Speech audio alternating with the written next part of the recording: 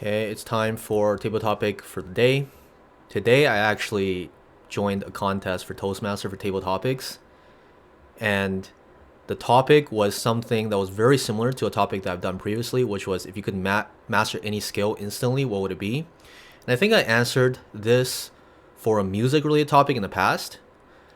So going into it, I was thinking, okay, this is going to be great. I've answered this question. I know exactly what to say. I'm going to use the prep framework and I'm going to knock it out of the park. And as you can imagine, that did not happen. I got stuck in my words. I was not organized. My examples were weak. I was repeating my examples. I was using filler words. I caught myself using filler words. And I think I only spoke for just over a minute. So even the timing there was a little off. I forgot to turn on the timer for myself. So all in all, this lesson that I learned, well, there's a couple lessons. Number one is I've been reminding this constantly again and again, and that is when you're learning and you're improving and you're doing something, you're gonna have good days and bad days. You will have a baseline in which as you do more of something, your baseline will grow, but that doesn't mean you're going to be hitting the peak above here where you could think of your performance as a range like this, and you could perform anywhere within that range.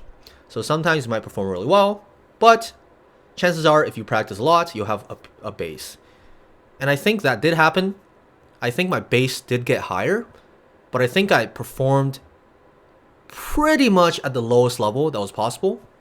So that's number one. And number two is that I think I still haven't really internalized the prep framework yet. I have trouble really structuring the PRE, the prep. So obviously when you mention a point, it could just be a sentence. And then the reason could just be two sentences, and then examples, sometimes I have a lot of trouble coming out with them. So even though I have this framework in my head of, okay, I need to hit point, I need to hit the reason why, and give some examples to support my reasoning, I fully understand that, and in a essay setting, I might be able to produce something like that. But in terms of table topics, especially on a topic that I'm not very familiar with, I have huge trouble coming out with this. And I think the only thing I can do going forward is to just keep practicing and really drill down this prep framework. I'm disappointed in my performance today because the topic itself was very open. I could have swung the topic towards something that I was very familiar with and could perhaps provide me with a better format and a better result. But I picked the music one because I've done it before. Even though I've done it before, it was just very weak. I evaluated myself of being super weak, and the result was from the judges was the same. It was very weak. Okay, with that being said, let us continue practicing and let's see what the topic for today will be. Let's ask Claude. Let's see. The topic for today is, should we treat digital identities as a form of property that can be inherited after death? You know what? Claude continues to give us very fire questions. This is interesting. Technology, ethics, personal rights, while raising interesting questions about the nature of digital existence and inheritance. Should we treat digital identities as a form of property that can be inherited after death? Okay.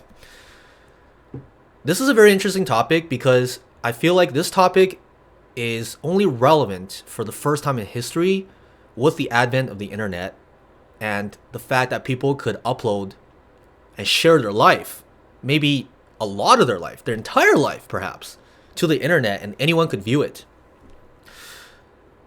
Okay, so we need to answer, should this be a form of property that could be protected? And my argument would be no.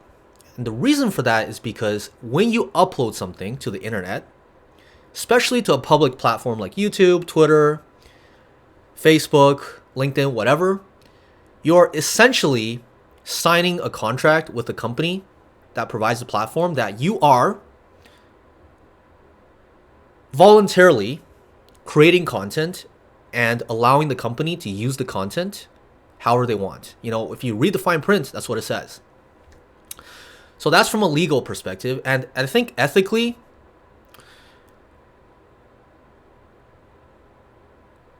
there shouldn't be any problems either, because you are volunteering to share something to the internet and you have not established a channel or a system to monetize it.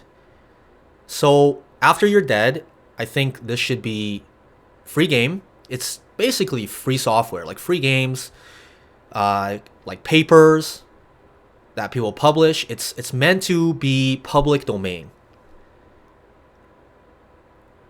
So to reiterate, I think